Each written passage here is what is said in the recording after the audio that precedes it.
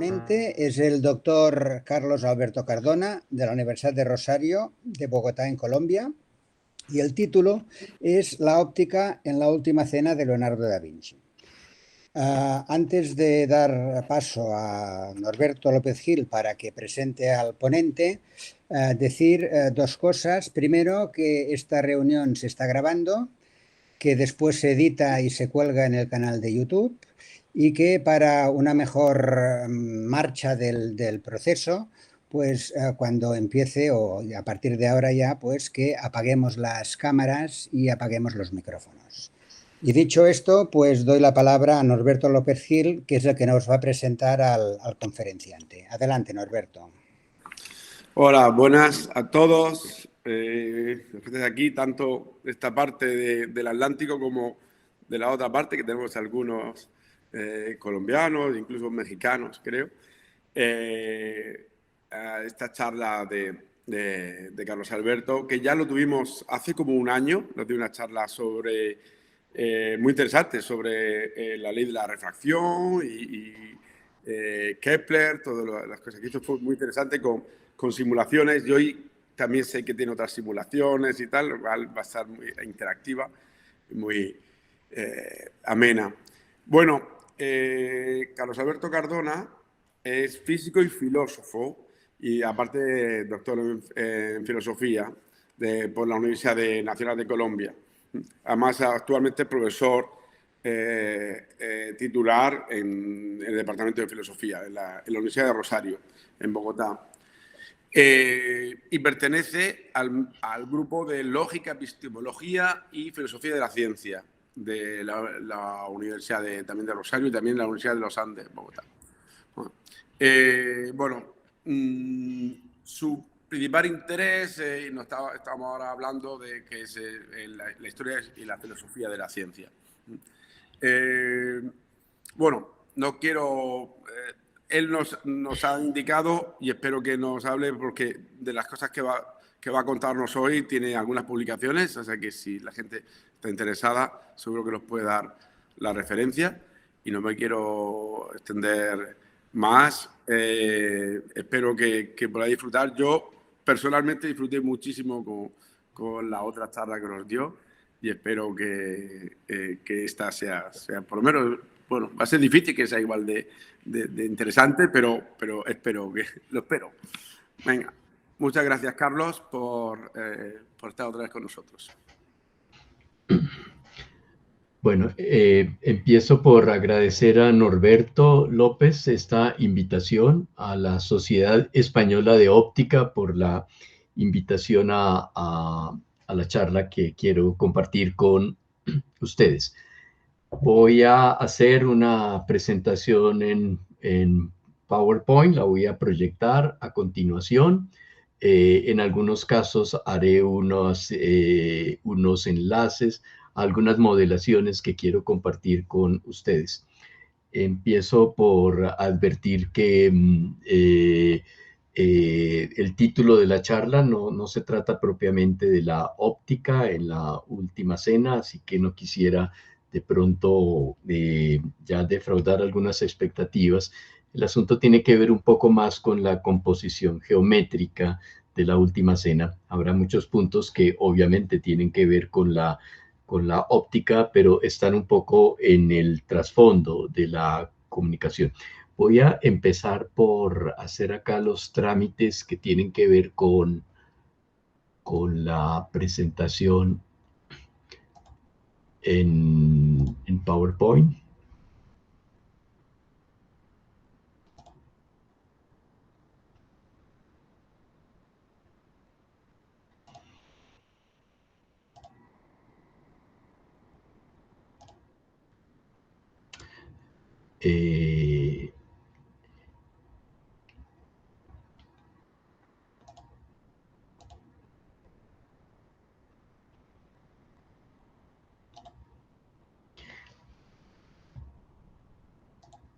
Bueno, empiezo por preguntar si se ve bien para empezar. Entonces ya he hecho los movimientos. Se ve bien, perfecto. Se ve perfecto. Entonces, empiezo por hacer el primer comentario en relación con el título, anotaciones especiales. Me voy a versar más bien de la composición geométrica, pero si quieren, antes de empezar, pues deleitémonos unos minutos contemplando una maravillosa obra que con absoluta seguridad todos ustedes conocen. Entonces, quería empezar por proyectar una buena imagen de la Última Cena, por advertir inicialmente de qué me voy a ocupar, por precisar o acotar bien el problema que voy a tratar. Como ustedes saben, estamos ante una de las obras más grandes de la construcción pictórica de Occidente. Eso es algo indiscutible. Una composición que tiene una riqueza hermenéutica infinita. Voy a cogerme un poco a la descripción del poeta Goethe. Goethe decía que estábamos ahí ante una rapsodia de estados emocionales, y es una obra muy rica de interpretar bajo esa perspectiva de Goethe, una rapsodia de acontecimientos emocionales. Sin embargo, no me voy a concentrar mucho en ellos. Quisiera llamar la atención, por ejemplo, para empezar y matizar un poco el tema de mi conversación. Llama mucho la atención, me gustaría que se concentraran en el par de manos de Jesucristo, la mano derecha y la mano izquierda. Hay una mano que está en posición activa, la mano derecha, está tratando de tomar, no es muy claro si un vaso de vino o un pan que está ahí al alcance, no es muy claro, ahora no importa tanto ese punto. Y la mano izquierda está abierta, es una mano en posición pasiva, no es una mano activa, es una mano en posición pasiva. Normalmente los que hacen hermenéutica del trabajo asumen que se trata de una mano que ofrece la salvación. Esta es una composición pictórica llena de muchas perplejidades. Ya aquí hay una de ellas que salta a la vista.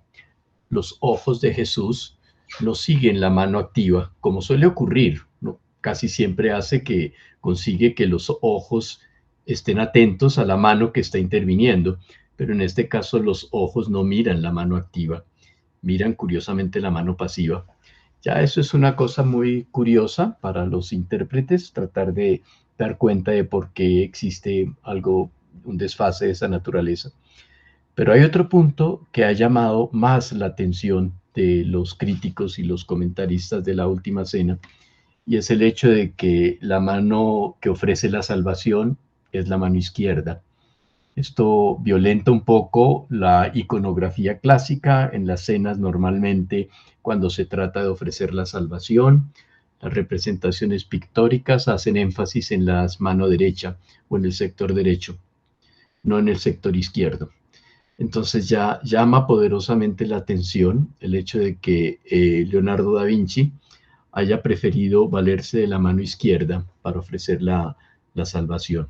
Eso es un asunto que ha provocado muchas disertaciones y muchos desencuentros entre los estudiosos de la obra.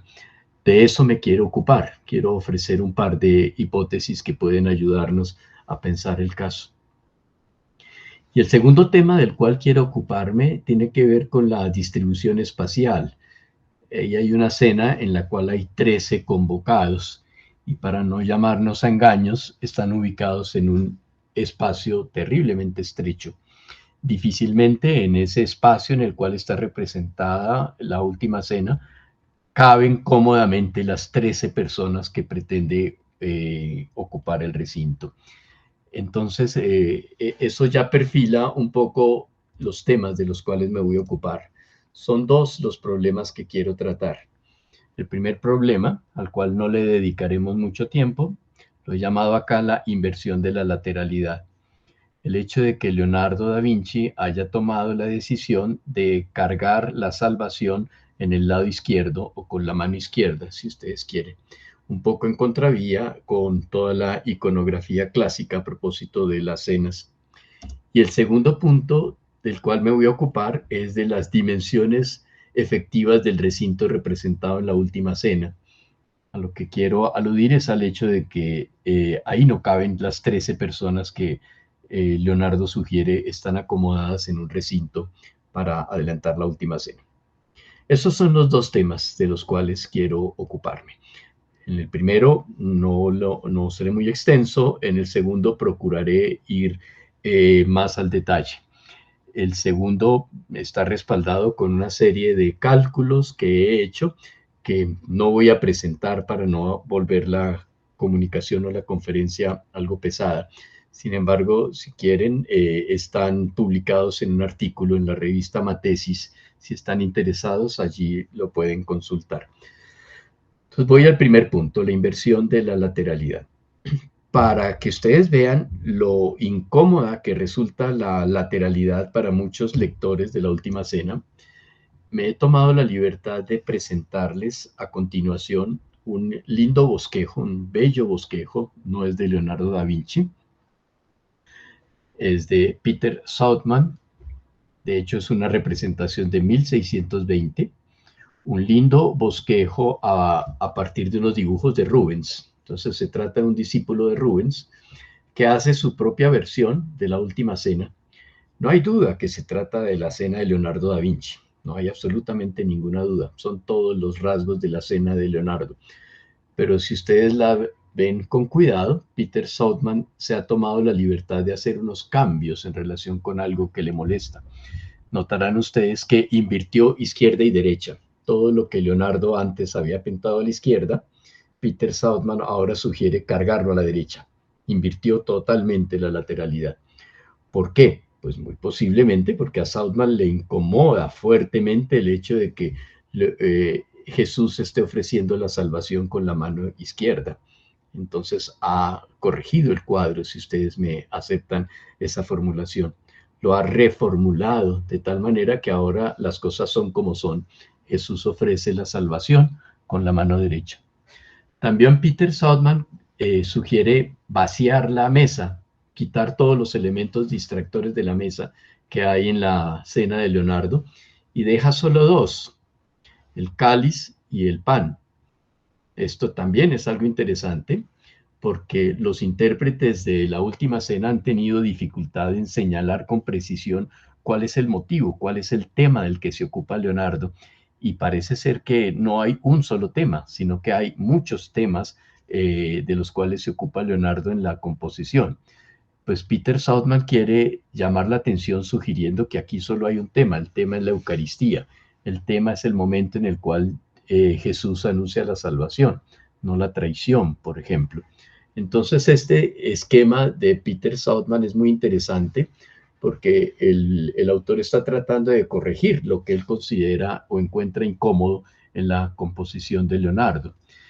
Y otro arreglo entre comillas, de Peter Southman tiene que ver con hacer abstracción de la arquitectura, no ponerle mucha atención al recinto en donde está ocurriendo la Última Cena. Entonces así también Southman está liberado del hecho de que en ese recinto no cabían las 13 personas bien acomodadas, sino que ya la arquitectura se pierde completamente de vista. Entonces presento este esquema, que de hecho es el esquema que acompaña el cartel de publicidad de la conferencia, para que ustedes vean lo dramático que ha sido para algunos autores el asunto de la lateralidad. ¿Cómo explicar esa decisión de Leonardo? Pues hay muchas hipótesis alternativas que uno puede usar. He leído incluso que algunos se animan a sugerir que, dado que Leonardo era zurdo, él está tratando de reivindicar la mano izquierda sobre la mano derecha. Puede ser una alternativa interesante. Pero acá voy a hacer eco más bien de otra hipótesis. Esta es una hipótesis de uno de los scholars más importantes de la Última Cena, Leo Steinberg. Leo Steinberg ha sugerido una interpretación maravillosa de la cual voy a hacer eco y voy a complementar agregando una hipótesis mía, a ver si funciona el asunto. Miren ustedes este diagrama que les presento ahí, es un mapa en planta del lugar en donde se encuentra el cenáculo de Leonardo, el refectorio. es el refectorio que acompaña a la iglesia de Santa María de la Gracia en Milán. Pues acá tenemos la planta de la iglesia de Santa María de la Gracia, la señalo acá con el cursor, y acá a mano izquierda se encuentra el refectorio en donde está el cenáculo. En este gran refectorio hay un cuadro dedicado a la crucifixión de Cristo en esta pared, en la pared sur, y el cenáculo de Leonardo se encuentra en la pared norte. Bueno, una cosa muy interesante que ha hecho Leo Steinberg es estudiar allí, en el lugar en donde se encuentra la última cena, hacer el ejercicio de extender hacia afuera la dirección de la mano izquierda de Jesús. Entonces, esta línea punteada señala hacia dónde apunta la mano izquierda de Jesús, que está en la pared norte del refectorio. Y la mano izquierda de Jesús, cuando la extendemos hacia afuera, cuando la extendemos por fuera, da directamente a la puerta de entrada que había en el cenáculo. No que hay actualmente. Actualmente la puerta está más o menos a esta altura, pero en su composición moderna la puerta se encontraba allí donde señala el mapa. Entonces la mano izquierda de Jesús extendida apunta directamente a la puerta de entrada. Y si esta línea la lleváramos mucho más allá, Leo Steinberg ha notado que esa línea va a dar exactamente al centro de la cúpula central de Santa María de la Gracia. La idea de Steinberg es interesante. Él imaginaba que el párroco central de Santa María de la Gracia podía estar en algún momento dando una misa oficial, y una vez terminaba de ofrecer la Eucaristía a todos los partícipes del rito, el sacerdote podía huir de la cúpula de Santa María de la Gracia, pasar por una puerta que se encuentra por acá en estos lugares, encontrarse luego con un patio exquisito en este punto, atravesar el patio por encima en diagonal, llegar a la puerta de entrada al recinto, y tan pronto se abriera la puerta de entrada, el párroco iba a encontrar la mano de Jesús invitándolo a hacerse partícipe de la cena que está ocurriendo en el refectorio.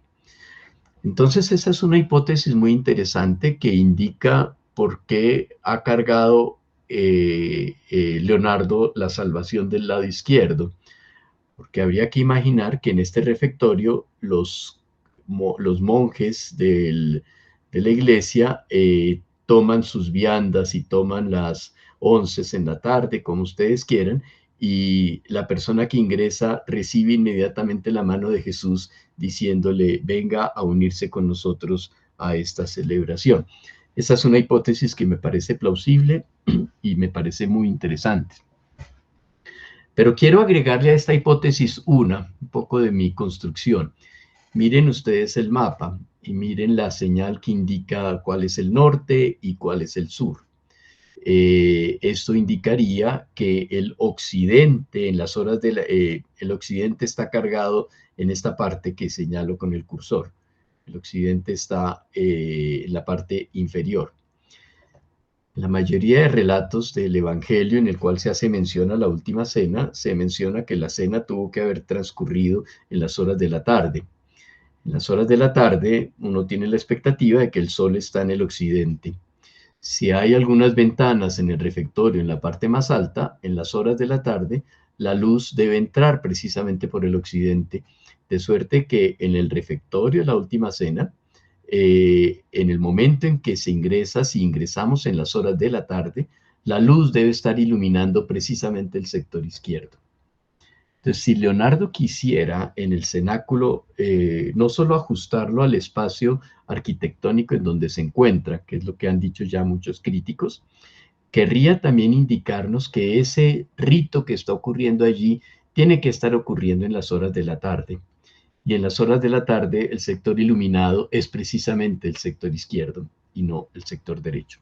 Entonces me parece que esta adenda que estoy sugiriendo allí complementa de manera interesante la hipótesis de Leo Steinberg, que me parece a mí muy interesante. Quiero dejar allí el tema de la lateralidad, sobre el cual todavía se puede decir muchísimo y todavía se pueden comentar más cosas, pero tengo un tiempo breve y entonces quiero concentrarme ahora en el segundo problema que me interesa. pero no sin antes mostrarles una foto. Esta es la foto del refectorio de la última cena en el refectorio, o sea, en el lugar que corresponde.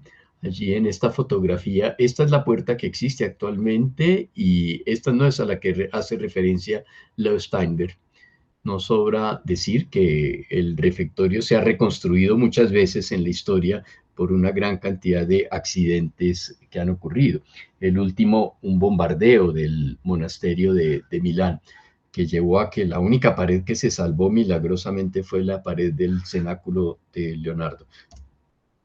Y esta es una foto del lugar, esta es una foto de la iglesia de Santa María de la Gracia. Al costado izquierdo ustedes ven la entrada actual, por aquí entran los turistas actualmente, y ahí tenemos al lado izquierdo el refectorio que ya había comentado en el esquema anterior. Bueno, voy a pasar ya sin demora al segundo punto, el problema de las dimensiones del receptáculo. Les muestro acá un diagrama que preparó Müller en 1952 mostrando los elementos centrales de la geometría de la composición de la última cena. Se tiene la perspectiva de que el punto de fuga o el punto de convergencia central se encuentra precisamente a la altura en donde se encuentra Jesús representado. Aquí aparece lo que se conoce en perspectiva como la línea de horizonte, la línea horizontal que está arriba, y aquí aparecen las sendas ortogonales proyectadas de tal manera que todas convergen en el punto de fuga. Entonces aquí está incluso la composición del artesonado del techo, del cual ahora más adelante nos ocupamos.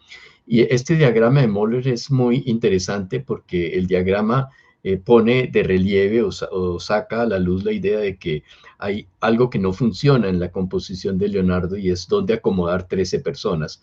Ven ustedes que el butaco en donde podemos imaginar que podía estar sentado Bartolomé en este extremo, ahí no nos podemos llamar a engaños y a mentiras. Ahí no cabe ningún ser humano cómodamente sentado.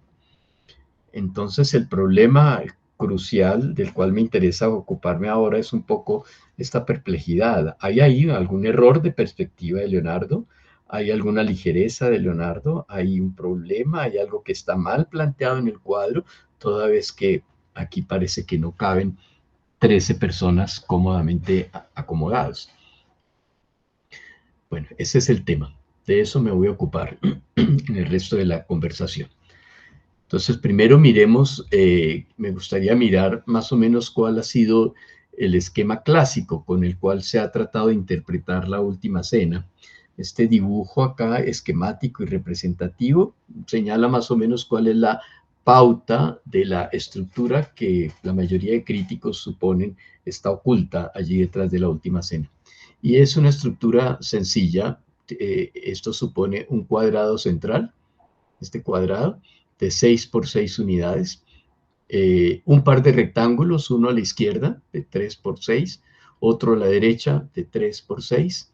El punto central de toda esta composición es el cruce de diagonales del rectángulo gigante, o sea, este punto central, y luego la disposición de 5 triángulos rectángulos, todos simétricos, en donde el autor tiene la idea de acomodar las 4 tríadas de apóstoles más el triángulo central que es el que está reservado a Jesucristo.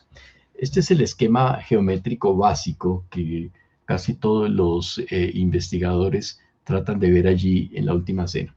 Voy a dar la transición, voy a saltar acá a una modelación en Cabrí. Excúsenme.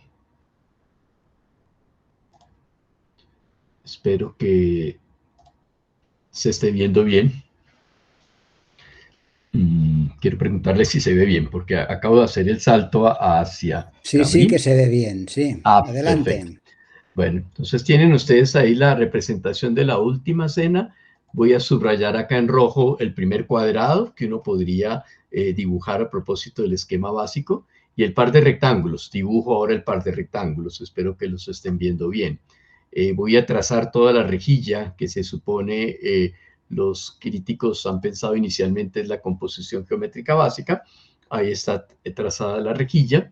Voy a señalar acá con el cursor el punto en donde ellos ubican el punto central de convergencia. Sobre esto voy a hablar un poquito más tarde.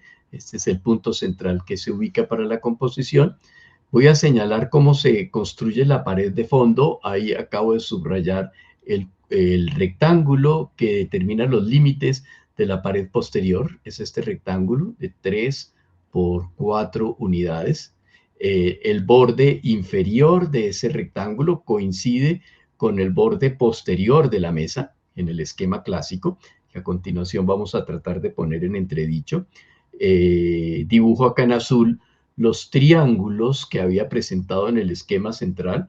Entonces, los intérpretes han imaginado que los triángulos perfilan la ubicación de las 4 tríadas de apóstoles, más el triángulo central que está perfectamente reservado para Jesús. Los bordes inferiores, ahí aparece la línea roja, esta línea roja que determina el borde inferior, y acá vemos el lindo conflicto geométrico de la composición. En esa estructura aquí no cabe el apóstol que se encuentra a la derecha. No hay lugar para Mateo, es él. No hay lugar, no se puede acomodar, está estrecho contra la pared y no hay lugar para que él quepa. Entonces, ese es el asunto, ese es el tema del cual voy a ocuparme. ¿Hay allí algún error que haya cometido Leonardo? ¿Hay algún problema en la composición? De eso voy a ocuparme. Ahora, para ocuparme de ello, quiero volver aquí a proyectar la escena. Entonces, vuelvo a proyectar la escena. Pero excúsenme que no, esta es la... excúsenme.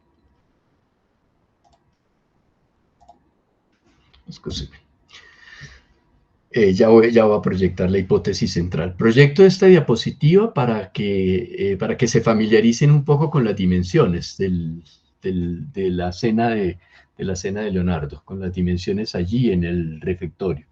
Estamos hablando de una composición pictórica de casi 9 metros de ancho, 8,85. Estamos hablando de una composición pictórica que empieza a elevarse después de 2,15 metros del piso.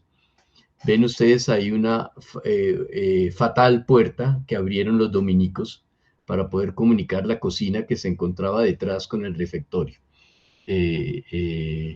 Terrible daño que le hicieron a la cena, pero no me voy a ocupar de eso ahora. Estamos hablando de una composición de unos 4 metros con 60 centímetros de altura. Hay unos 37 centímetros que están dedicados al dintel superior, a la parte superior del cenáculo, y hay tres lúnulas arriba que alcanzan una altura de casi 1,92, la más alta. Entonces, proyecto ahí las dimensiones porque para efecto de los cálculos es interesante ver cuáles son las dimensiones reales de todo el cenáculo. Ahora el quid es ver si hay una hipótesis alternativa que nos permita explicar cómo caben allí 13 personas o tener que cargar con el hecho de que el cuadro tiene alguna inconsistencia en la construcción geométrica, que es una inconsistencia dramática. Entonces, ¿qué voy a hacer a continuación? Voy a valerme y voy a hacer uso de una hipótesis, una conjetura inicial de Francis Naumann. Incluso cuento una anécdota, cómo surgió la hipótesis. Leo Steinberg estaba dictando un seminario en la ciudad de Nueva York, en una universidad, dedicado exclusivamente a la Última Cena, un semestre estudiando la Última Cena con sus estudiantes. En una sesión, si no recuerdo, la anécdota cuenta que se reunían los jueves en el seminario, y en la sesión de un jueves, Leo Steinberg le comunica a sus alumnos las terribles inconsistencias que tiene el cuadro en relación con la ubicación de 13 personas. Y le pide a los estudiantes que piensen e imaginen a ver si pueden dar con alguna idea importante. Pues al próximo jueves, Francis Naumann llegó a la clase de Leo Steinberg sugiriendo que él tenía una hipótesis muy interesante, que es un poco la hipótesis que yo quiero mostrar ahora, comentar ahora, y es una hipótesis frente a la cual yo he hecho lo posible por tratar de hacer unos cálculos para acomodar bien la hipótesis de Naumann y tratar de interpretar cómo es que se ubican 13 personas en un espacio tan reducido. Empiezo por tratar de señalar cuáles son los elementos centrales de la hipótesis. Para ello voy a volver a la última cena. Entonces, volvamos a la cena. Veamos con cuidado la cena. Veamos ahora en clave de que aquí hay una incomodidad arquitectónica porque no hay lugar para que quepan 13 personas. Especialmente me agobia el espacio tan reducido en el que tiene que sentarse Bartolomé a la derecha. Miren ustedes este segmento pequeño que les subrayo acá con el cursor. Me dirán si lo están viendo bien. Espero que eso ocurra. Miren este pequeño sector del cuadro, este pequeño segmento. Curiosamente es un segmento que parece totalmente continuo con los tapices que están tendidos en la parte derecha del cuadro, en la parte izquierda del cuadro, perdón. Bueno, veo de izquierda a derecha, depende cómo se mire. Están los tapices y la línea de los tapices acá tiene perfecta continuidad con este segmento. Es un segmento perverso en la composición de Leonardo. Digo que es un segmento perverso porque cualquier espectador puede asumir que este segmento sugiere que esta parte de la pared que subrayo acá, esta parte, es paralela y continua con la pared lateral. Y si uno lee esta pared lateral como paralela y continua con este segmento, realmente no hay lugar para que ahí se acomode esta persona número 13. Entonces, la hipótesis de Naumann es muy interesante porque él sugiere que este segmento es un truco perverso de Leonardo en toda la composición. Este truco sugiere la idea de continuidad, pero para Francis Naumann ahí no hay continuidad. Habría que leer más bien este fragmento que subrayo acá, espero que con el cursor ustedes lo vean bien. Ese fragmento que subrayo había que leerlo como paralelo a la pared lateral, pero no continuo. Si es paralelo, pero no continuo, uno podría imaginar que esta pared es realmente la parte lateral de una columna, no de la pared, sino de una columna que soporta el dintel, de suerte que es muy posible que aquí detrás de la capa de Tadeo, detrás de la capa, detrás de la capa haya realmente un pequeño espacio en donde es posible que sí se pueda acomodar alguna persona. Esa es básicamente la tesis, esa es la tesis interesante. Ahora lo que habría que hacer es ver si a partir de esa tesis se puede salvar en algo la distribución geométrica que hay para que allí se acomoden 13 personas. Espero me estén siguiendo bien. Voy a mostrarles ahora la hipótesis en la modelación de Cabrí, para que entendamos un poco de qué se trata. Acá les presento el esquema clásico, que ya más o menos lo he presentado. Pero ahora complementemos el esquema clásico con la hipótesis de Naumann. Entonces voy a mostrarles los elementos de la hipótesis de Naumann. La hipótesis de Naumann es realmente muy sencilla. Si ese segmento mostraba una pared o un pedazo de pared que es paralela y continua a la pared lateral, acá tendríamos la composición clásica, la composición que ya les he mostrado. Y en esa composición no caben las 13 personas. La hipótesis de Naumann es que leamos en ese trozo de pared que les mostré, más bien un borde lateral de una columna. Entonces, esto implicaría alejar este punto F, alejarlo a la derecha y nuestro espacio se amplía. Y entonces nosotros lo podemos ampliar acá todo lo que queramos, podemos volver un espacio todo lo más grande que ustedes quieran. Pero miren ustedes lo que pasa con el sector, con el borde posterior e inferior del receptáculo. Este es el refectorio y esta es la pared posterior y este es el borde inferior de la pared posterior. En la medida en que nosotros ampliemos el espacio del refectorio de la cena, este borde se va elevando. Y entonces, si lo ampliamos demasiado, debería haber algún momento en donde la trama en la que está Jesús y en la que está Juan, debería poderse ver el borde inferior de la pared posterior. Pero resulta que ese borde no se ve en la composición pictórica, en ningún momento se ve. Eso es interesante porque acá no podemos ampliarlo demasiado, solo tenemos un rango muy pequeño para ampliarlo, el rango que permitan las vestiduras de Jesús y de Juan, que son las que se cruzan en este terreno, y tenemos un tramo muy pequeño para jugar, porque si tratamos de ampliarlo más, ese borde posterior debería ser visible. Esa es la idea básica de Naumann, y acá les muestro cómo correría el decorado del techo, pero de esto ahora podemos ocuparnos. Entonces la pregunta que me interesa rastrear ahora es qué tanto podemos ampliar el espacio, de tal manera que veamos si, viendo lo máximo que lo podamos ampliar, podamos ver si efectivamente caben o no caben 13 personas bien acomodadas en ese espacio. Espero me estén siguiendo. Entonces ahora vamos a tratar de hacer la composición. Quiero compartir con ustedes, quien quiera seguir los detalles de los cálculos, puede ir al artículo que he mencionado. Pero por ahora solo voy a hacer una presentación esquemática de cómo adelantar los cálculos para ver qué tanto podemos ampliar el espacio del refectorio.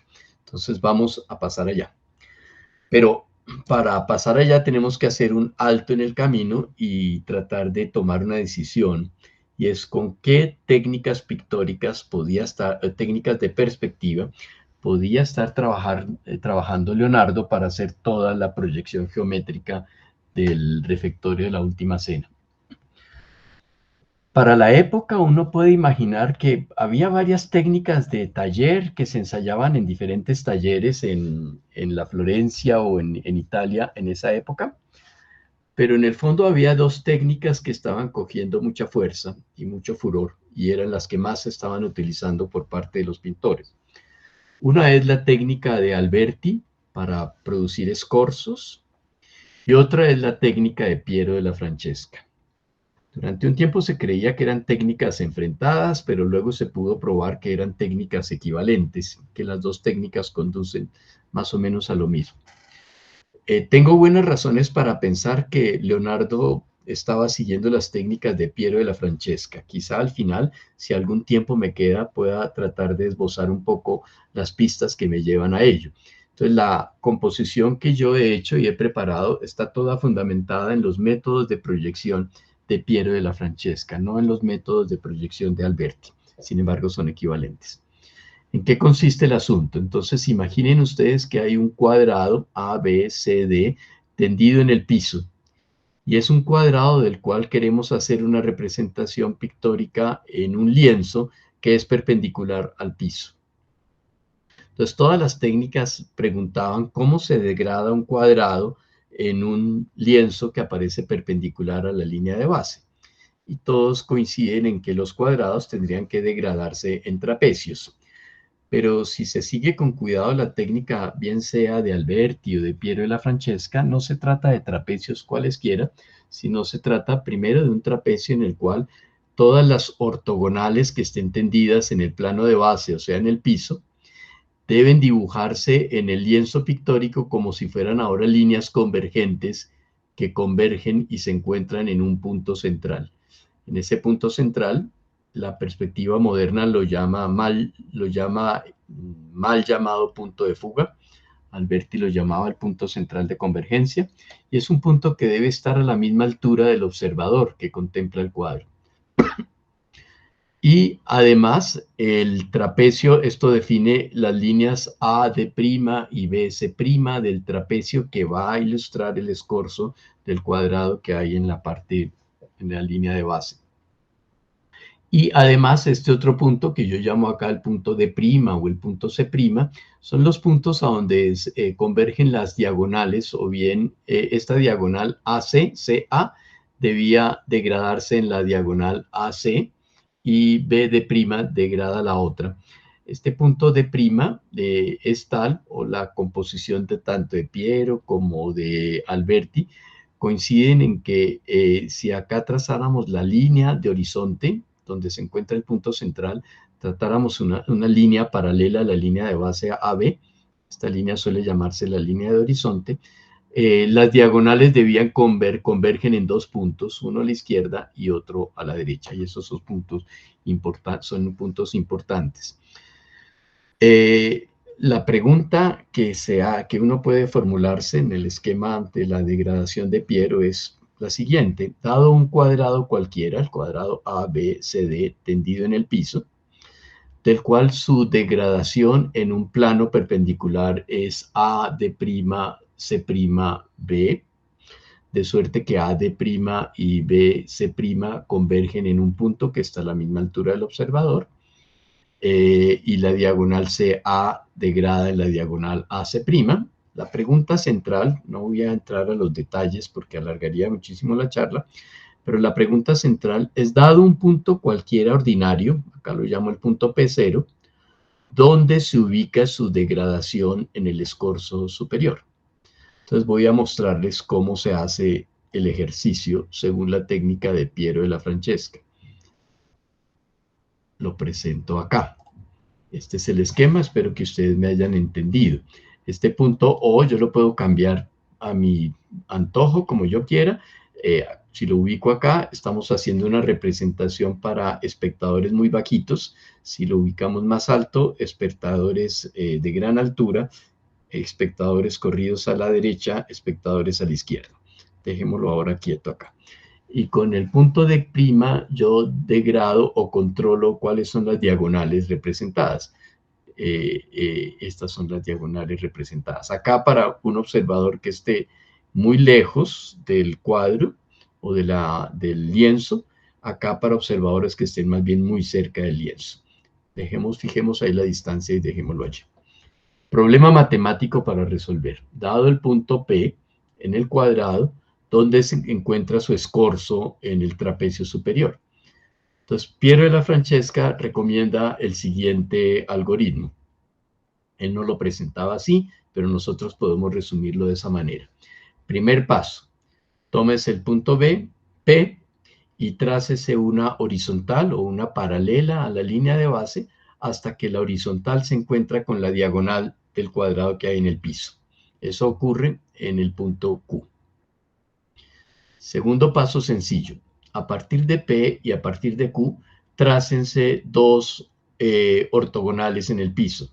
La ortogonal PM quiere decir perpendiculares a la línea de base que es AB, y la ortogonal QN, trácense ese par de ortogonales. Como estas son ortogonales en la línea de base, las ortogonales degradan de tal manera que ellas convergen en el punto central de convergencia. Entonces, tercer paso, llévese las diagonales de tal manera que lleguen al punto Q. Y tercer paso, ubíquese en la diagonal degradada ON, ubíquese el punto de corte, perdón, en la ortogonal degradada, ubíquese el punto de corte con la diagonal degradada. La diagonal degradada es AC. El punto de corte es el punto Q'. Después de haber hecho eso, cuarto paso, recupere ahora una transversal que pase por Q' y encuentre la segunda o la primera ortogonal degradada. Entonces es la ortogonal MO. Allí donde se encuentra el punto P, listo, ese es el escorzo que estamos buscando. Entonces no importa dónde se encuentre el punto P, si el punto P está en este lugar, el diagrama me dice que su degradación estará en el punto P'. Si el punto P lo corremos ahora de este lado, igual la degradación aparece en P'. Entonces, esta es una técnica sencilla, muy linda y muy simple, que nos enseña cómo degradar en escorzo de acuerdo a la técnica de Piero de la Francesca. Pero luego hay otro problema sofisticado. O sea, no basta simplemente hallar la imagen de un punto P, que está en el cuadrado, hallar su imagen en el trapecio que he dibujado acá, sino que ahora necesitamos también elevar algunos puntos. sea, elevarlos a partir del suelo. Entonces, ¿cómo se hace la elevación? Pues Piero de la Francesca propone también una técnica que es magistral. Ahí en esta diapositiva les muestro las claves centrales de cuál es la técnica, ya no solo de degradación, sino también de elevación degradada de un punto. Entonces ahora el problema es, dado un punto P cualquiera, que acá lo he ubicado como vértice de un cuadrado, dado un punto P cualquiera, su proyección en escorzo sería acá este punto P', se ha construido de acuerdo a las técnicas que ya les mostré, pero luego queremos elevar este punto P' por encima del suelo. Entonces, ¿cómo se construye la elevación? Entonces, les muestro acá la técnica. La técnica es muy simple también. La técnica es sencilla. Entonces, dado acá un punto P cualquiera, es un punto que incluso yo puedo rotar, yo puedo hacer rotar a mi antojo, como yo quiera. Cuando hago rotar este punto P, entonces su degradación en escorzo varía. Yo puedo cambiar acá la altura del observador. Esto es para un observador muy alto, muy grande. Vamos nuestro observador en esta posición, y con el punto D' yo puedo controlar qué tan lejos o qué tan cerca está el observador. Pero ahora el problema que nos aqueja es cómo representar, no un punto P, ya sabemos cómo representarlo, está acá en P', sino cómo hacemos una segunda tarea, que es tomar este punto P' y elevarlo a partir del suelo. O sea, para tratar de construir un cubo, por ejemplo. La técnica de Piero, cuyo fundamento no explico acá, porque eso nos quitaría todo el tiempo de la charla, pero la técnica es en principio sencilla, es en principio simple. La explico acá. Entonces, dado el punto P, O es el punto de convergencia central de las ortogonales, T' es un punto de control de la distancia. Después, si al final hay preguntas, quizá pueda ampliar un poco este asunto. Y acá tenemos la proyección de P en P', eso ya aprendimos, o ya les mostré cómo se hacía. Ahora me interesa hacer una segunda tarea, que es elevar este punto P' del piso, elevarlo 1 metro o 2 metros del piso. Entonces, ¿cómo se hace? Piero de la Francesca dibuja acá un segmento AX, justo en el sector de la línea de base, en donde podemos ubicar las alturas reales de qué tanto queremos elevar el punto, si es 1 metro, 2 metros, 5 metros. Esto lo podemos controlar acá. De hecho, yo lo controlo con el punto X. Este lo controlo a mi antojo. Entonces, P' es el punto que queremos elevar. Entonces, lo primero que hace Piero es trazar una transversal, de tal manera que la transversal que pasa por P' se encuentre con la ortogonal degradada a O. Eso ocurre a la altura del punto que acá he señalado como Y. Acá trazamos el segmento AX para indicar cuál es la altura real que queremos elevar, y una vez tenemos ubicado el punto X, trazamos acá una ortogonal degradada, y todas las ortogonales degradadas deben ir a parar al punto central de convergencia, que es este punto O. Ya está trazada esa ortogonal degradada. Volvamos a este punto, volvamos a P', trazamos una transversal hasta encontrar la ortogonal degradada, que es AO, ocurre en Y.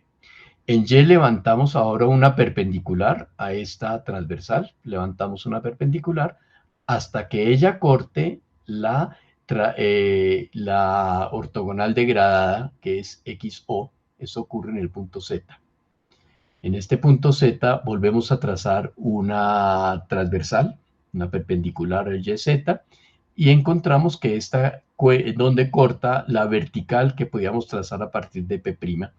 Entonces eso nos da el lugar a donde habría que proyectar el punto P segunda, que sale de dos proyecciones. Primero la proyección de P sobre el piso del trapecio, que es P', y luego la elevación.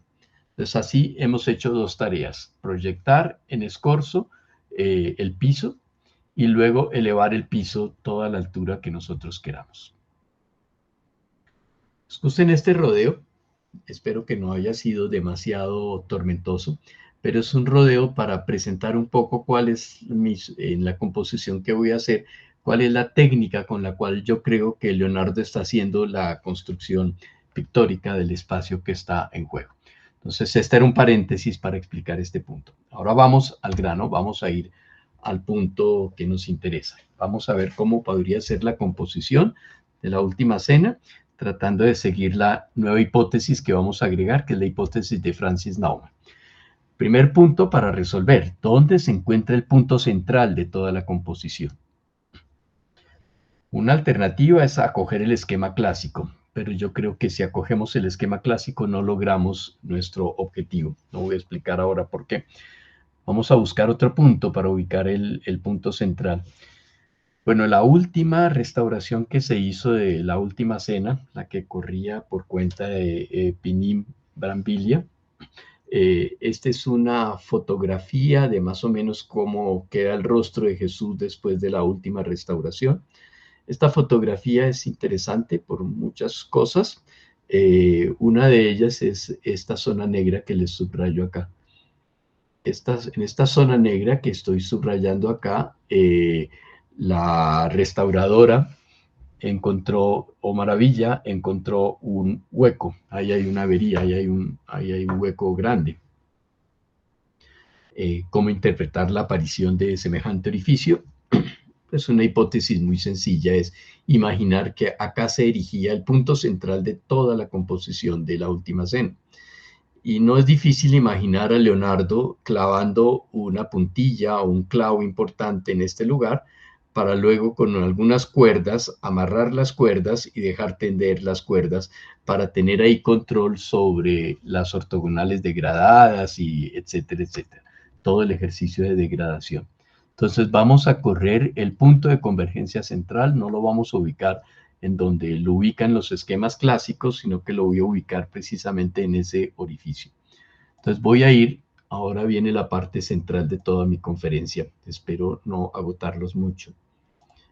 En la parte central lo que vamos a tratar de hacer, espero que se esté viendo bien, tengo ahí una reproducción de la última cena y voy a tratar de hacer una composición de la geometría del espacio con el punto central de convergencia en donde les he indicado y voy a tratar de seguir la técnica de degradación de Piero della Francesca. Entonces, les muestro acá los elementos iniciales. Entonces, el elemento inicial, acá en este punto rojo, voy a imaginar que acá es donde ocurre todo el punto central de convergencia, que no coincide con el esquema clásico que ya les mostré. Entonces, vamos a forzar imaginando que ahí está el esquema central. Esta línea que subrayo acá y que les muestro acá, la línea horizontal más baja, es la línea de base. Es la línea en donde se une acá el piso, aunque allí no tendríamos piso, toda vez que la última cena está elevada como 2 metros, vimos ahora. Pero imaginemos que aquí estuviera el piso.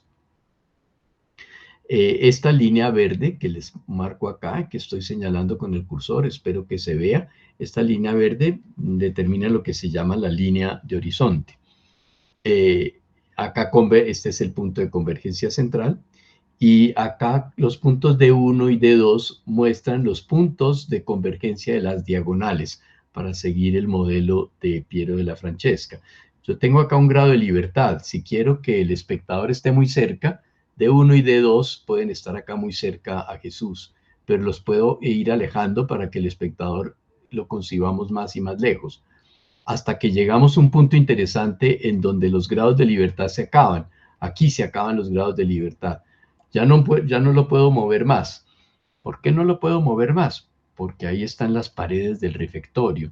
Entonces Leonardo ya no podría clavar ahí, tener un orificio y clavar nuevas cuerdas para ver cómo degradan las diagonales. Entonces yo tengo mis grados de libertad de movimientos con respecto a D1 y D2 se reducen del centro, la posición de Jesús, hasta la posición de las paredes laterales. Voy a suponer la mayor distancia posible, entonces voy a fijar ese par de puntos en los extremos izquierdo y derecho. Ahora lo que sigue es hacer todo el ejercicio de composición de la ubicación de los puntos centrales y la elevación, que es lo que vamos a estudiar con cuidado, básicamente cómo se construye el artesonado del techo. El artesonado del techo es como un piso de ajedrez degradado y elevado. Entonces, por eso he hecho una disertación acerca de cómo se degrada un punto según Piero de la Francesca y cómo se eleva. Entonces, primero tracemos el ajedrez en el piso que me interesa. Entonces, ahí aparece un ajedrez en el piso. He dibujado un ajedrez de 6 por 6. 1, 2, 3, 4, 5, 6 por 6. Toda vez que en el artesonado del techo hay un problema teórico interesante, y es saber si cada uno de estos artesones es rectangular o es cuadrado. Esto nos va a llevar a considerar que son rectangulares y que cada dos rectángulos constituyen un cuadrado, y cada dos rectángulos que constituyen un cuadrado degradan uno de estos cuadrados de ajedrez que están acá en el piso. Luego vamos a tener acá un punto de control en el cual con este punto yo puedo moverlo a mi antojo, como a mí se me antoje. Y si yo lo muevo a la derecha, estoy usando la hipótesis de Naumann ampliando las dimensiones del salón. Aquí tenemos la composición clásica, pero acá nos vamos a dar la libertad de aumentar el salón moviendo este punto a nuestro antojo a la derecha. Los cálculos detallados no los voy a presentar en la charla. Quien esté interesado puede seguir los cálculos en el artículo que ya mencioné. Pero por ahora nos vamos a dar la libertad de simplemente ver hasta dónde podemos elevarlo. Ya voy a explicar las limitaciones. Luego, este cuadrado, este ajedrez, tenemos que hacer dos cosas. Este ajedrez tenemos que trazarlo en escorzo. Aquí está trazado en escorzo en el piso. ¿Cómo se ha hecho este escorzo? Para cada punto de las rejillas de ajedrez se ha aplicado la técnica de Piero de la Francesca. Y entonces, si este es el ajedrez tendido en el piso, este es el ajedrez en escorzo. Ahí está degradado. Para un observador que está a la altura de Jesús y para una distancia que corresponde a la mayor distancia posible, que es la distancia del centro a las laterales. Habría que imaginar que el espectador está al frente a esa distancia. Y luego hay que hacer una cosa maravillosa, que es elevar este ajedrez que está tendido en el piso. Hay que elevarlo para construir la arquitectura del techo. Entonces, después, este ajedrez lo podemos elevar. ¿Cómo lo elevamos? Siguiendo la técnica de Piero de la Francesca que ya les expliqué. Entonces, este lo podemos ir elevando todo lo que nosotros queramos. Absolutamente todo lo que queramos. Digamos que lo voy a dejar ahí hasta esa altura. Y me detengo acá explicando con cuidado un asunto pequeño. Aquí está la posición en el esquema clásico, en el esquema normal. Este es más o menos el esquema normal. Ustedes ven este segmento que les subrayo acá. Espero que se esté viendo bien. Con la manito les indico cuál es el segmento que estoy señalando. Ese es el segmento que identifica la parte inferior de la pared posterior.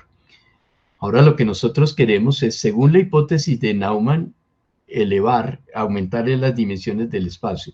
Pero no las puedo aumentar arbitrariamente. Si las aumento mucho, por ejemplo, las aumento hasta acá, miren ustedes, este que es el segmento que muestra la parte inferior de la pared posterior, tendría que verse. Y entonces Leonardo nos había dado pistas de que aquí se encontraba ese segmento. Por lo tanto, yo tengo, para aplicar la hipótesis de Naumann, un juego muy chiquito. El único juego que tengo disponible es más o menos desde la parte, desde la línea de la mesa que está atrás, hasta la línea en donde las vestiduras de Jesús y de Juan se cruzan. De ahí para arriba ya no puedo subir más. Entonces, si vamos a dejar ese punto en el punto de mayor ampliación, este es más o menos el punto de mayor ampliación. Ya no lo puedo ampliar más. Ahora sigamos elevando el techo y acerquémonos hasta coincidir con el artesonado que hay arriba. Aquí más o menos se logra la coincidencia, y si ustedes notan, en ese momento la línea de base o la línea de los tapices y la línea que queríamos que coincidieran efectivamente coinciden. Creo que ahí estoy, más o menos, ahí estoy en el límite. Repito, la precisión de los cálculos está en otro lugar para quien las quiera seguir.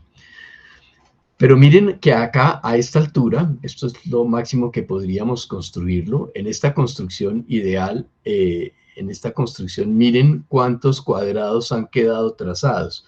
Han quedado uno, dos, tres en el techo. Estos tres no se ven, están ocultos.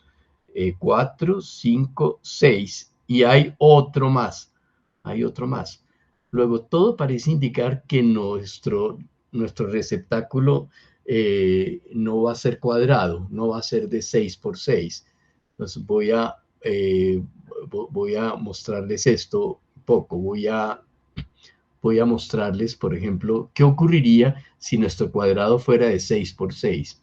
Si nuestro cuadrado fuera de 6 por 6, aquí he trazado unas líneas rojas en las cuales tenemos 6 artesones. 1, 2, 3, 4, 5, 6 artesones. Esta línea roja nos indicaría el lugar a donde tendría que llegar uno de los laterales de la pared posterior. Si lo hiciéramos con esta composición, ese lateral prácticamente coincidiría con el primer tapiz. La cosa no funciona. La cosa no funciona así. Entonces, nuestro receptáculo no puede tener unas dimensiones de 6 por 6, como habíamos dicho. Vamos a ensayar otra cosa. Vamos a ensayar 6 por 6.5. Entonces, aquí hay un nuevo ensayo. Si ustedes ven a continuación, para este nuevo ensayo, en el piso he dibujado un rectángulo que tiene 1, 2, 3, 4, 5, 6 unidades. Y hacia el fondo tiene 1, 2, 3, 4, 5, 6 unidades y nos vamos a tomar la libertad de agregar media unidad. Entonces estamos proyectando un piso no de 6 por 6, sino de 6 por 6.5. Cuando hacemos la proyección, cuando hacemos toda nuestra proyección con 6 por 6.5, ahí está dibujado, aquí aparecen en líneas rojas cómo sería la proyección. La proyección cuadra y se ajusta adecuadamente. No solo ahora se ajusta, sino que ahora nos regala una maravillosa conjetura con la cual podemos explicar por qué Leonardo no ha dibujado artesones cuadrados, sino ha dibujado artesones rectangulares, de tal manera que cada 2 artesones rectangulares constituyen un cuadrado. Entonces tenemos una hipótesis interesantísima. Una hipótesis que diría que el refectorio no es cuadrado, no es de 6 por 6, sino es de 6 por 6.5. Ya ubicados a esta altura, digamos que aquí ya hemos hecho las composiciones de rigor. Repito, los cálculos mediante los cuales se puede evaluar qué grado de libertad nos da la hipótesis de Naumann y qué tanto podemos ampliarlo para que todas las otras dimensiones coinciden. No los estoy presentando, pero ustedes pueden seguirlo en el artículo que he mencionado. Lo que sí podemos hacer ahora es presentar el cierre final. Entonces, miren, así quedaría cerrado el cenáculo. O sea, se quedaría cerrado de tal manera que ahora la parte negra que estoy subrayando acá, la parte negra que aparece acá subrayada tanto a izquierda como a derecha, aquí se ve mejor, ya no como una pared que es paralela y continua con la pared lateral, sino que es más bien paralela pero no continua, de tal manera que esta es la pared lateral de una columna que soporta toda la construcción. Entonces, lo que estoy tratando de sugerir es que si se hacen los cálculos con cuidado, cosa que acá yo he ahorrado, no los he agobiado mostrándoselos, pero se puede hacer, se ganan unos centímetros valiosos para poder acomodar a los 13 apóstoles. Ahora, si esta hipótesis funciona, y yo creo que funciona, toda hipótesis interesante tiene siempre dificultades y esta no es la excepción. Hay algunas dificultades de las cuales solo voy a mencionar una sencilla y es el traslape de la capa de Simón. Creo que en alguna de las partes de la conferencia estaba haciendo alusión a Bartolomeo o Tadeo. Excusen la confusión de los nombres de los apóstoles, es realmente Simón, el apóstol que está más en el extremo derecho. Y es que si esta hipótesis que he mencionado es correcta, entonces uno esperaría que ocurriera una suerte de traslape como el que en el cuadro de la flagelación de Mantegna se puede ver maravillosamente. En este esbozo o en este esquema, este personaje, que no sé quién es, está oculto detrás de una columna. Entonces, acá tenemos la hipótesis de Naumann en juego. Esto es realmente, no es una pared, sino la pared lateral de una columna, de suerte que atrás hay un espacio en donde la persona se acomoda. De ser así, entonces esta pared debe traslapar al personaje. En el cuadro de Mantegna aparece claramente traslapado. Entonces uno esperaría que si toda esta hipótesis es correcta, entonces en el cuadro de la última cena, volvemos acá al cuadro de la última cena, estamos tratando de discutir que el espacio es muy estrecho y o bien Leonardo cometió un error en la organización arquitectónica, o bien no hay ningún error, pero sí hay un truco interesante con el cual él quiere jugar con el espectador, y hay un truco interesante mediante el cual podemos ganar una buena parte del espacio. Y lo hemos hecho apostando en la idea de que esta pared que subrayo acá no es, si es paralela, no es continua con la pared lateral. De ser así, entonces la capa de Simón, acá es donde tenemos el problema, la capa de Simón debería estar, la pared debería traslaparla, entonces la capa debería estar acá oculta, pero acá resulta que no está oculta. Ahí hay una, si la hipótesis de Naumann funciona, hay que buscar alguna forma de ver cómo resolver el tremendo lío del traslape de la capa de Simón que hay allí. No tengo respuesta, no tengo respuesta clara, salvo quizá un punto interesante que ha salido a la luz con la última restauración de Pinín Brambilia. Cuando ella restauró el cuadro, en la última restauración, ella prácticamente se dedicó a limpiarlo, más que a retocarlo. Entonces se puso en la tarea más bien de quitar buena parte de las otras restauraciones que se había hecho. En el reporte de Pinín Brambilia, contando cómo se hizo toda la restauración, afortunadamente para nosotros señala y dice que una de las partes más deterioradas tiene que ver con la parte de la capa de Simón. Entonces, la capa de Simón es una de las partes más difíciles y más deteriorada del cuadro, y en la que muchos de los restauradores posteriores seguramente metieron la mano, y de las cuales muy posiblemente Pinín Brambilia no logró limpiar hasta la última capa para ver toda la exposición de la factura original de Leonardo. Entonces, si bien esa es una dificultad interesante, uno podría decir, no es todavía insalvable, toda vez que ninguno de nosotros está contemplando, ya no puede hacerlo ninguno de nosotros, contemplar la composición absolutamente original, sino una composición ya contaminada por muchísimas intervenciones que se han hecho en la mitad del camino. Entonces, esta es una de las dificultades que quería por lo menos dejar explícita, más no resuelta, salvo que se me ocurre que hay una buena alternativa para pensar en su solución. Bueno, ya estamos sobre el tiempo, entonces pues les agradezco mucho la paciencia para seguir de pronto con atención una conversación un poco densa. Entonces, muchísimas gracias. Voy a espichar acá, finalizar la presentación y ya vuelvo con ustedes. Entonces,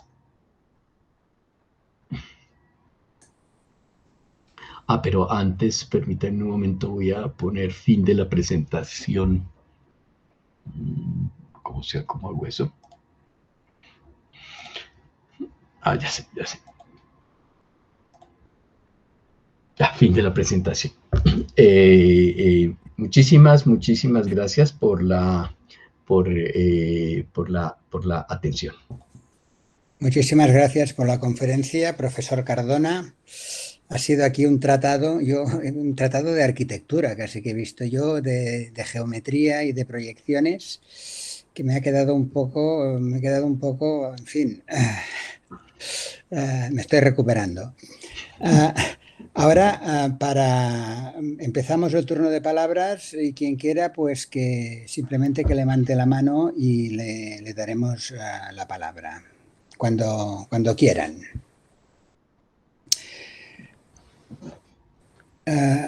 Norberto López Gil ha levantado la mano. Tienes la palabra, Norberto. Gracias, Carlos.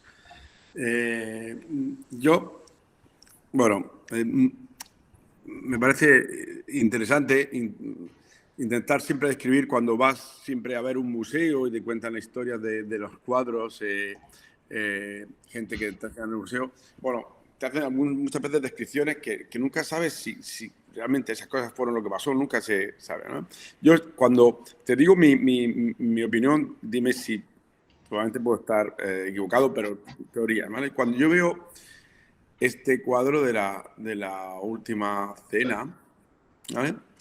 Me fijo y quizás igual lo podrías poner, pero lo que se ve es que parece que junto en el lado de Jesucristo hay gente que está de pie incluso, ¿vale? Algunos que concretamente el que está más a la izquierda o incluso los tres parece que está como de pie, incluso alguno que está a su izquierda, bueno, a la derecha, mira el de enfrente, ¿vale? Y por otro lado veo panes en la mesa en este lado. O sea, si yo me lo estoy pensando ahora, imaginado que estamos comiendo unos amigos y nos quieren hacer una foto, ¿vale? Lo normal cuando la gente se sienta a cenar o a comer en una mesa, no se sientan todos por el mismo lado, ¿vale? Se sientan unos por detrás y otros por delante, alrededor, ¿no? Entonces, no sé, parece como si aquí Leonardo hubiese dicho, bueno, estoy pidiendo a los que están sentados en el lado, digamos, de espaldas al pintor, que se pongan en otro lado para poder pintarlos, ¿vale? Me da un poco a mí la sensación, lo que yo haría, ¿no? Haciendo un símil como ahora con la fotografía de ahora. De hecho, me llama la atención que esté todo en el borde pegado al pintor, digamos, están también, hay panes, ¿vale? Y es como si ahí se sentara la gente. Es verdad que no hay sillas, ¿vale? No hay sillas ahí puestas. No sé si es que... Pero bueno, y después hay una cosa, no sé si hay algo o alguien que haya comentado algo así, igual estoy diciendo absolutamente tontería, pero después hay una cosa que me llama la atención, que es la sombra de las cosas, ¿vale?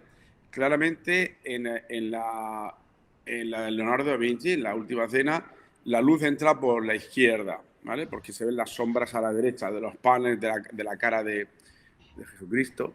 Sin embargo, me llama la atención que en la de Peter Solman, la luz entra por la derecha. Se ve perfectamente, ahora si quieres lo puedes poner, ¿vale? Entonces, lo que da la sensación es como si el retrato o la imagen estuvieran puesto, se hubiese hecho desde el otro lado de la mesa.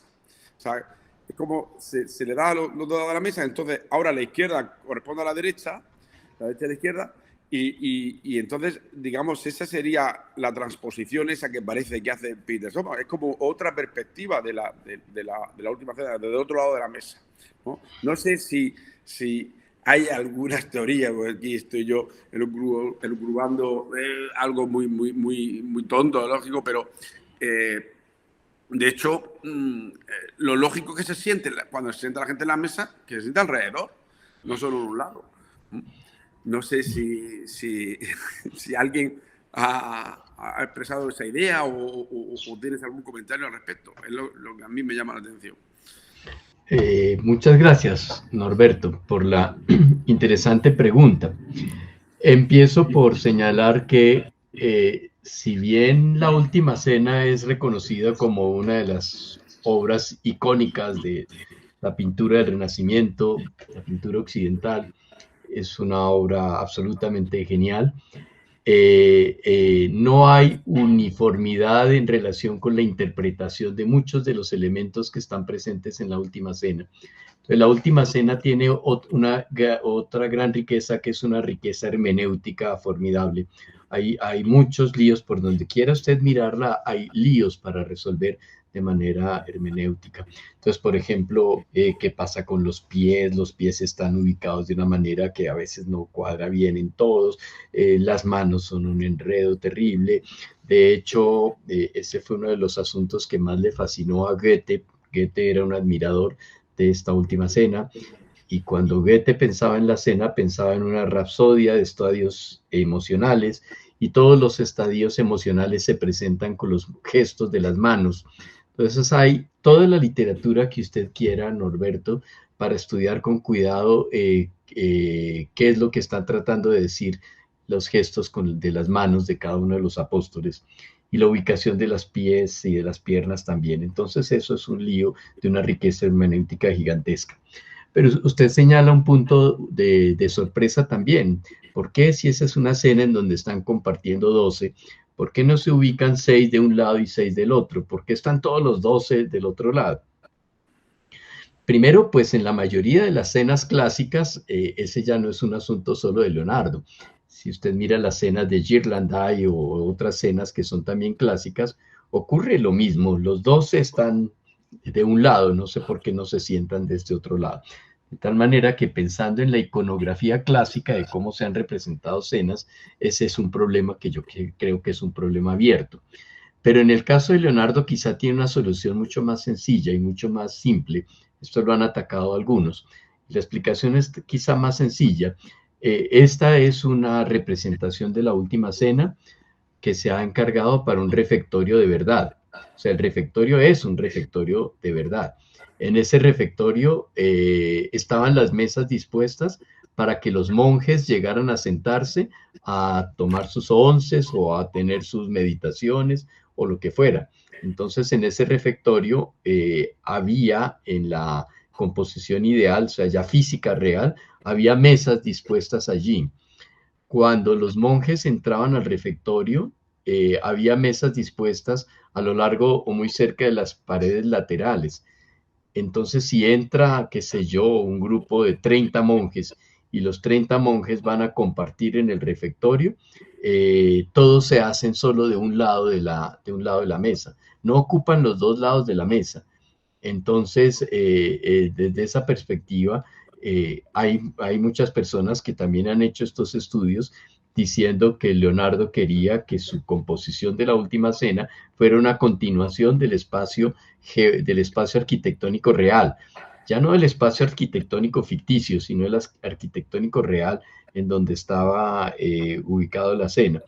Y entonces, de ser así, había que tener en cuenta que esa mesa en donde está transcurriendo la cena de Leonardo era una mesa que estaba en el extremo del refectorio, mientras que todo el refectorio tenía mesas laterales en donde se sentaban los monjes que llegaban a compartir las onces entre todos. Y entonces ninguno ocupaba las posiciones interiores, todos tenían que estar realmente en las posiciones exteriores.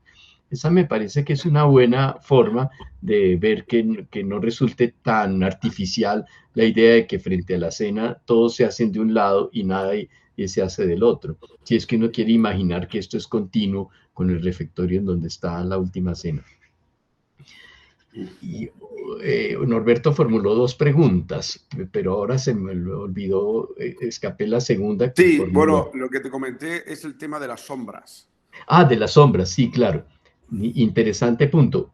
Debo confesar que no lo he estudiado con cuidado, que pero es un punto muy interesante que usted sugiere de pronto ahora para hacerle la pista cómo están volcadas las sombras. A propósito de Southman, el esquema de Southman, yo lo traje aquí a colación, no tanto por la importancia de pronto histórica, sino más bien porque era un muy lindo ejemplo de alguien que está incómodo con la izquierda y derecha, de alguien que le fascina el cuadro de Leonardo, pero que no le gusta izquierda y derecha. Entonces él lo único que hace es una reproducción intercambiando izquierda por derecha. Eso debe ir acompañado con que las sombras las tiene que volcar sobre el otro lado, sin lugar a dudas. Sí, Pero sí. es un punto interesante para estudiar. Pero que se podría ver mirar. como la perspectiva desde el otro lado, porque aquí en la de Leonardo se ven las ventanas del fondo, sin embargo la de Sauma se ve algo totalmente diferente. No hay una ventana, ni hay nada Es detrás. que él salvó el problema que yo estoy comentando, simplemente imaginando que la escena está ocurriendo en un espacio en un espacio abstracto. Entonces ahí no hay arquitectura, no hay ni artesonado. El artesonado es muy rico porque con el artesonado es con el que podemos estudiar todas las claves de la composición geométrica. Si usted va a estudiar la perspectiva en ese cuadro de Leonardo, usted tiene muy pocos recursos para hacerlo. Casi que el único recurso que tiene para hacerlo es el artesonado. El artesonado del techo es el único que le da todas las pistas para ver dónde estaban los puntos centrales. Incluso tengo entendido que Brimbilia Barcilón, quien hizo la última restauración, cuando estuvo trabajando en ello, encontró allá muy en el fondo una suerte de cuadrículas por allá tendidas en el fondo de la pared. Entonces el artesonado es el que le da la riqueza de la composición geométrica y Southman lo ha eliminado por completo, porque lo único que le interesaba era salvar la terrible incomodidad que él tiene con izquierda y derecha.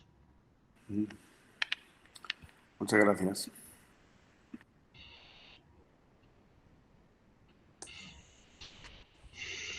Muy bien, ¿alguna pregunta más? ¿Alguien que levanta la mano? María Sagrario Millán ha levantado la mano. Tienes la palabra, María. Buenos días allí, buenas tardes por aquí. Hola, María. Buenas tardes.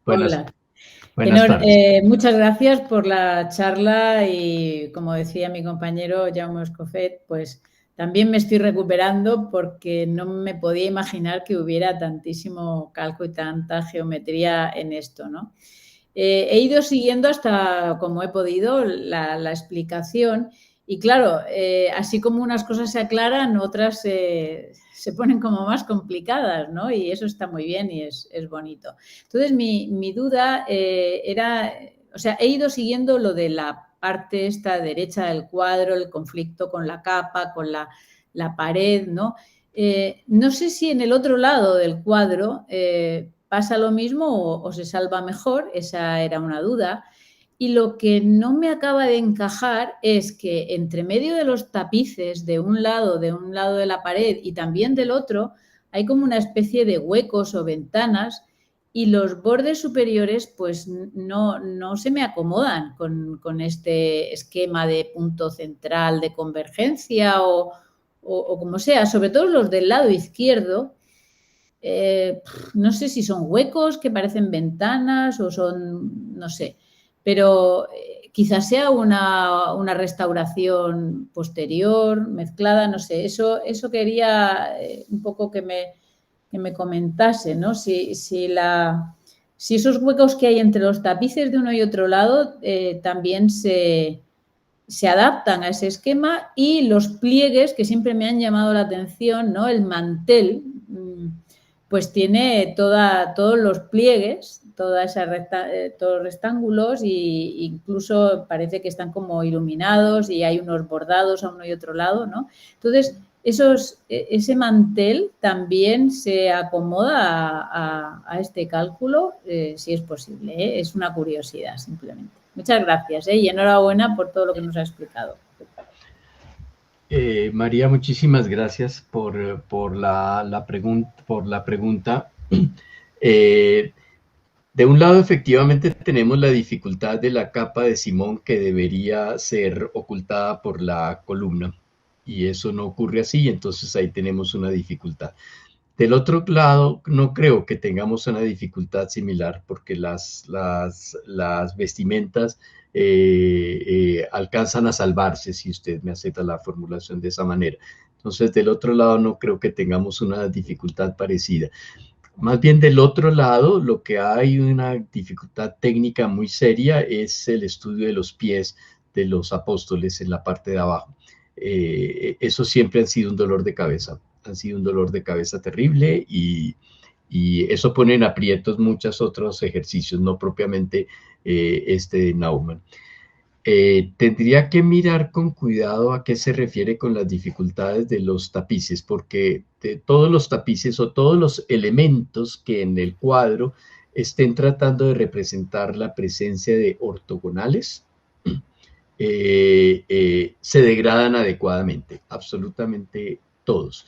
Esa es una No, primera pista. Disculpa, no son los tapices, son unos cuadros que hay entre los tapices, intercalados entre tapiz y tapiz. Yo ahora mismo estoy viendo el de Wikipedia, el cuadro de Wikipedia, y entre los tapices, entre tapiz y tapiz, hay como unos rectángulos más bajitos que no son de la misma altura en un lado y en el otro de la pared, en una pared y otra, y que esos son los que a mí no se me acomodan. Creo. Voy a volver a la presentación y voy a tratar de volver a alguna imagen en Cabri que nos permita ubicar el punto que señala María, y voy a ver si puedo improvisar ahí el ejercicio de ver si esos elementos se ajustan adecuadamente a la regla de la degradación. Entonces, permítame, voy a volver a la presentación, toda la pantalla.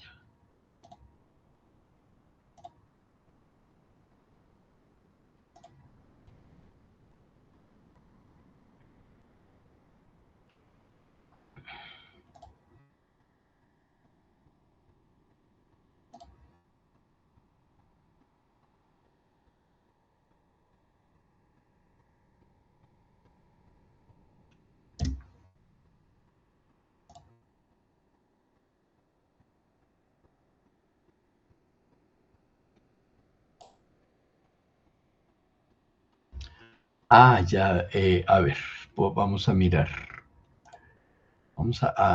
Voy a hacer este ejercicio, María, a ver si el asunto funciona. Acá tengo el punto central de convergencia. Voy a decirle a este equipo que me permite dibujar una semirrecta cualquiera que tenga origen en el punto central y que yo la tenga aquí libre. Ahí la tengo libre, yo la puedo mover a mi antojo.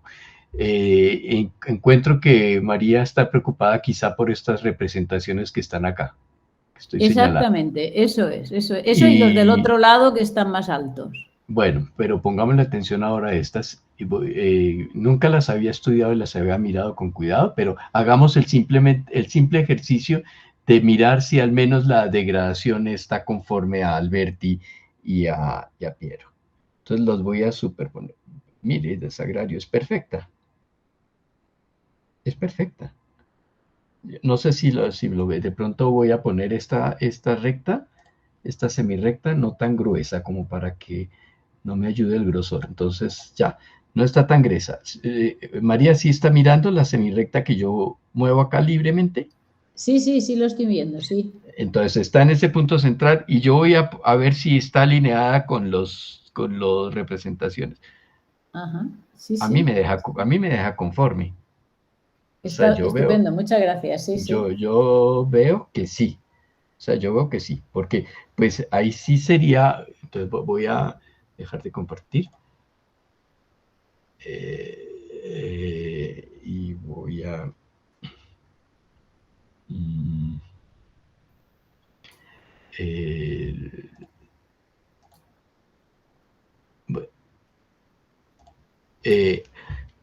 a mí me deja conforme, porque si hubiésemos encontrado algunos elementos en donde tengamos la absoluta seguridad de que son ortogonales y que hay que ver cómo se degradaron las ortogonales, y si estas ortogonales no degradan por el punto central de convergencia, ahí había un error de perspectiva. O sea, no lo llamaría un error, sino habría dicho, Leonardo no está siguiendo las técnicas de Alberti, de Piero y la Francesca. Pero para este caso, María, pues muchas gracias. Yo por lo pronto no lo veo separado. ¿Aló? Bien. ¿Alguna pregunta más? ¿Alguien que quiere levantar la mano? ¿Alguien que quiere preguntar?